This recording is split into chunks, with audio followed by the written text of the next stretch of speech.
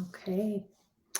Good afternoon, everybody. Happy Wednesday. We hope you're all doing well and keeping warm in this cold weather. Spring's around the corner. Hang in there. I know we are. How about you, Calvin?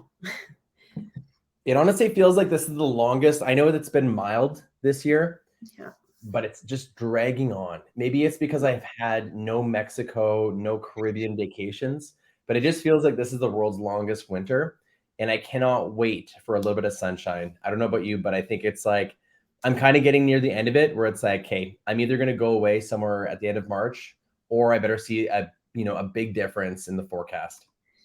If you're one of the lucky ones out there that is either on their way to a beach or has something planned, I'm jealous. I know Calvin is too. But I mean, the one thing that is, heating up is our market. We are in a balanced market right now, believe it or not. However, that does still mean that we have a good amount of buyers that are ready to shop. And I think that's even going to increase more. We've just received an update today from the Bank of Canada. So, for those of you that don't know, the overnight benchmark rate has remained the same at 4.5%. So, that's fantastic news for buyers out there. Of course, you want to take advantage of this because we don't know how long this will last for. So, yeah, I mean, how are your buyers feeling, Calvin? Well, I mean, I've had high fives sent to me, and it was this morning, and I think some of my clients found out about the announcement before I did, and I was getting like high five emojis sent to me, and I'm like, why am I getting high? I mean, high five emojis are fantastic, and then I looked into it, and I'm like, yes, that's exactly what it is. And I'm not sure if everybody remembers, but at the tail end of last year, there was a lot of skepticism when it comes to what was happening with the market. We were seeing rising interest rates consistently. Every single announcement, there was an increase in rates, increase in rates, increase in rates.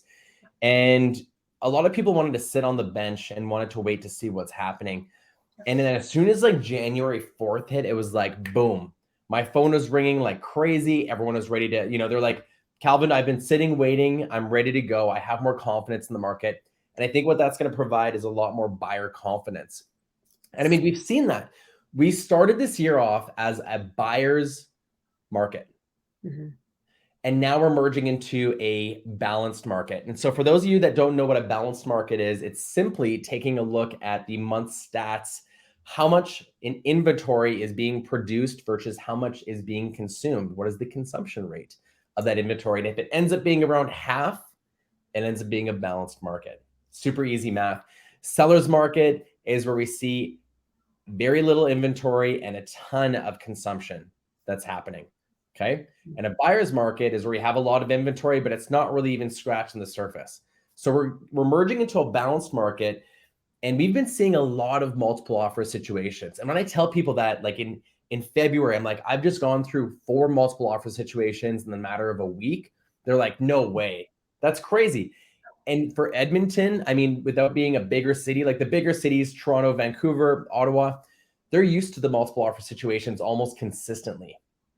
Even in some, even in the markets that are, a little bit colder, these ones, I mean, what we're seeing right now, it's fantastic. Sellers are seeing great prices on their properties through these multiple offer situations if they are strategizing the marketing of their property properly. And buyers, if you're not prepared to purchase, which we're going to talk about today, you're not going to end up with a win. So having that prep, just like painting, I actually hate painting, but just like painting, the prep work is like 90% of it. And then the rest is actually just doing it. When it comes to buying your home or buying a home, the prep work is everything. And if you are going to go through a multiple offer situation, you want to make sure you're going to be prepared, because there's a good, I'm going to say 20% chance that if you see a property you like, you're probably going through a multiple. Mm-hmm. Absolutely. And I know so many of you are so excited to get shopping and to look at those properties. But when your agent tells you that that needs to be done first, just trust them. Go with that, because you want to offer confidently. And when it's go time, you want to know that everything is ready, set, and your mortgage broker can help you, finalize the deal. So Huge deal. And I highly recommend getting that started now for your pre-approval if you have not already. We're already in March. Like, I don't know where time goes, but here we are. I know we say that every video. And of course, speaking of multiple offers, as Calvin mentioned, it's still a great time for sellers, even though it is a balanced market. If you are pricing your property accordingly, you're going to bring a lot of attention. And potentially you may be the only listing on the block at that time, which only enhances your probability of achieving a higher price point, which is huge. And then that allows you to go purchase, the next home in the spring market, and gives you a little bit more to play with in a potential multiple offer situation you may encounter as a buyer. So multiple offers everywhere. Yeah. So a big thing that Katherine said, if you're contemplating selling right now and you're waiting for the spring market or the summer to look at listing, look at how many available listings are in your area. And then try and remember last year in the summertime, how many were available in your area. And I can guarantee that you're also seeing a deficit in, you're seeing just a minimal amount of competition right now, and less competition for you as a seller is better because it doesn't provide buyers as many options to say no to your property.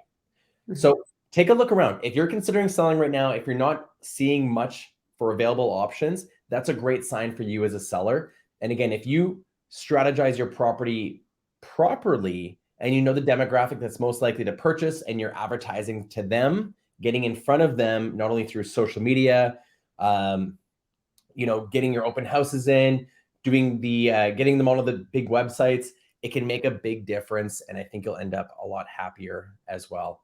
Like I said, with multiple offers, and a big thing too with sellers, be patient. If your property is getting a lot of attention, a lot of showings, there's a good chance you're going to get a handful of offers. Don't just go ahead and accept the first one. Yes. Be patient, start to accumulate the offers, let everybody know that you're going to have a certain day that you're going to be presenting those offers. And there's a good chance you'll be able to build this multiple offer situation.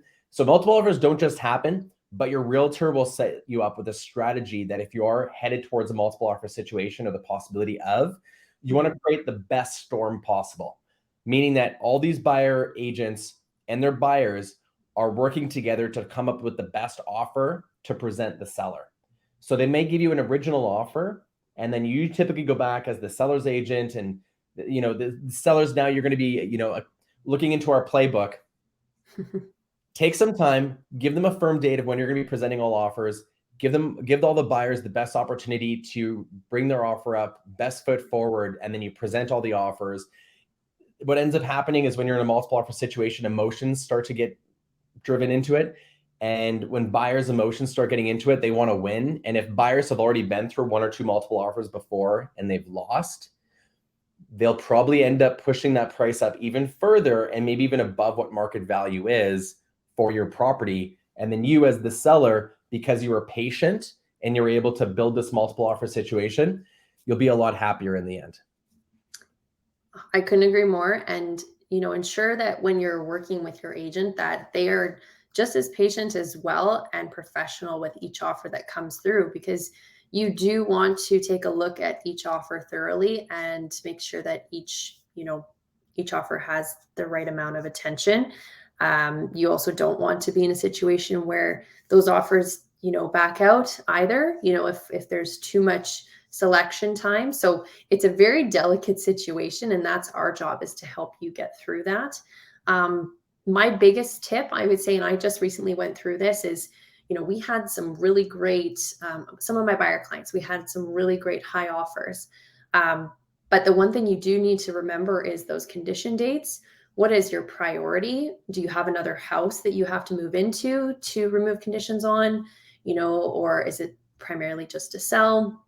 Is it price motivated, or do you need, someone that's pre-approved? You can guarantee that within the next week, you can have this property sold. Those are things you want to look at. So sometimes the stronger offer might be the better choice than the higher priced, but 9 times out of 10, usually the high price gets the first winning bid. But as long as you maintain those relationships, if per se that first one doesn't go through, remember you may have a few others to go back to. But either way, a delicate situation. Don't get too excited with the first offer. If you have others, take a full look and really look at your priorities as a seller. Awesome. Let's go into the stats here. So everybody's probably waiting to see the stats. These Yes. are February stats for Edmonton and area. So, I mean, what we're seeing right now is month over month, we are seeing a slow increase with most residential homes. The only increase that we didn't see was, surprise, surprise, through apartment condominiums. They tend to be a little bit more challenging at this time of year, or any time of year to be. So if you have a condo, know that you're not the only one that's dealing with challenges if you're trying to sell. Yes. Now, what we're seeing in the market is that more of the affordable housing, because interest rates have gone up, that means your eligibility to purchase a higher price has gone down. So if you're normally eligible to purchase a $600,000 house, there's a good chance you might be looking at 530, 540 at this time. So we're noticing that the mid to lower range properties are selling at a higher frequency. So if you look at properties like the row townhouses, they saw a good bump, 1.4% month over month, and they're only about a 4% difference from last year. So overall, property value is down from last year. If you were to take all of the types of properties, put them in a bundle, we're about 13% less in value than we were compared to last year. So if your house was on the market last year, there's a good chance it would sell for 13% higher, depending on the asset, of course, the type of property. So, so as you guys see here, the new listings we're seeing 2580 has come up recently. Month over month, we're 15.1% increasing. This is going to be normal as we head into the spring market. We're going to see more and more inventory as we go through. Sales have gone up a whopping 31%, which is quite high given this time of year. That number is also going to be increasing. So if you simply take 2580 and 1291, you'll notice that 1291 is essentially half of the amount of new listings that have come up. That puts us in that balanced market. So it'll be interesting to see if we can maintain the balanced market throughout spring. My guess, it's going to go back to the buyer's market in around June, July. That's just my estimation. But if we can maintain a strong balanced market, that's even better for the sellers. So overall days on market this year, we're still a little bit higher than we were last year, but we are creeping down slowly. Our days on market is slowly going down, which is good for you sellers. Buyers are snatching up properties faster and faster, which is very good to see. Katherine, any final remarks with the stats? I know we love to nerd out on the stats. So, I mean, if it's quite clear to see in single detached as well. Keep in mind it's 1.7 increase month over month, but we are down 9% from last year. So again, that just explains townhomes are going really quickly. If you're on the market right now for a townhome, you notice inventory is a little bit on the lower side. So get ready to compete if that's something that you're after. And of course, make sure that your broker is able to shop multiple lenders just to make sure that your maximum amount is clear and defined so you can shop where you need to. So that's, I mean, prices are definitely lower though. So that's helpful and that's encouraging buyers to get out there. Definitely. One other thing I wanted to touch on as well. So I get the question all the time is, how do you find the right realtor? So, I mean, if you're watching this and you have a great realtor, stay with that realtor. I mean, at the end of the day, if you have a good realtor, stay with that realtor. The realtor should be someone that you trust. You know that they're going to be an essential part of your team and they're going to make your life easy. So if you need any other contacts like mortgage brokers, lawyers, painters, contractors, whoever it is, they should be there to be able to provide you the team that you require for you to be successful. But they should also be an authority in the space, helping guide you from start to finish, whether you're a buyer or you are a seller. Now, a big thing that I recommend is that there's a lot of realtors that have been doing this for a really long time, but there's a lot of realtors that are not active. Simply, one of the measuring sticks you can use to see how active a realtor is right now is go to something like their reviews. Go take a look at their Google reviews, their Facebook reviews, their Yelp reviews, and you can see what kind of activity they've been providing recently. Because not every realtor or team is consistent. And you want to make sure you're going to have consistency. So even though that realtor could have been an absolute killer back 10 years ago, that could have changed. right? And so you want to make sure that you're working with someone that's relevant, someone that is up to date with things like, they're on social media, their presence is strong, because that's going to help you win. And that's ultimately what we want to do. So go ahead, you can Google them, take a look at their reviews. And when you're going through the reviews, you should see reviews from the last couple days or last couple weeks. So we got a day ago, 2 days ago, 6 days ago, a week ago, a week ago, a week ago. You want to make sure that they are present. That is one of the best tips that I can give you. So no matter where you are in whatever city, if you're interviewing realtors because you're prepping yourself to get into the market for this year, start interviewing now. Interview at least 3 realtors in my recommendation, and go with the one that you feel like best serves you. Yes. You can always ensure, or you can at least always count on the fact that are for sure legitimate, because every single client that we transact with writes one of these reviews for us. And that is something that we make apparent in the very beginning, that we hold a certain professional standard and we want to carry that through. And, should there ever be an issue, we work with our clients through that till the very end, so that we can have these, awesome reviews to share experiences, and that, other brand new clients have that certainty walking into a relationship with one of our realtors from our team. Definitely. So do your research, interview, especially if you're prepping yourself for the spring or summer market. Don't feel like you're married to the realtor that you used last year. Interview a couple different, find out, make sure they're relevant, ask them the right questions. If you get a good feeling from them, use your gut, and there's a good chance it'll lead you in the right direction. That is the March update. Telling you what's happening in the market today. What are we seeing in the market today? How do you win? Whether you're a seller, whether you're a buyer, we went through how to handle a multiple offer situation as a seller that has really given us a huge success in the market. Yes, we gave you a small glimpse into our playbook. That's okay. We have lots of plays to make everyone successful, and we want you to be successful too. So if you do have any questions outside of this market update, feel free to reach out. You don't even have to be using us as a real estate team. We love to be able to just help. We're passionate about what we do. And Katherine, you're fantastic. You offer fantastic tips. And I know that a lot of people reach out afterwards to me and say, that was fantastic. I'm going to go ahead and utilize exactly what Katherine is saying. So just make sure you guys are listening. Happy to help where we can, for sure. It's an exciting time of the market for us. So we're excited to be busy, and we're excited to help.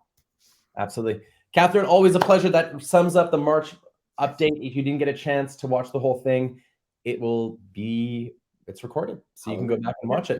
We'll see you guys all again in 1 month's time. See you guys later. Thanks, everyone.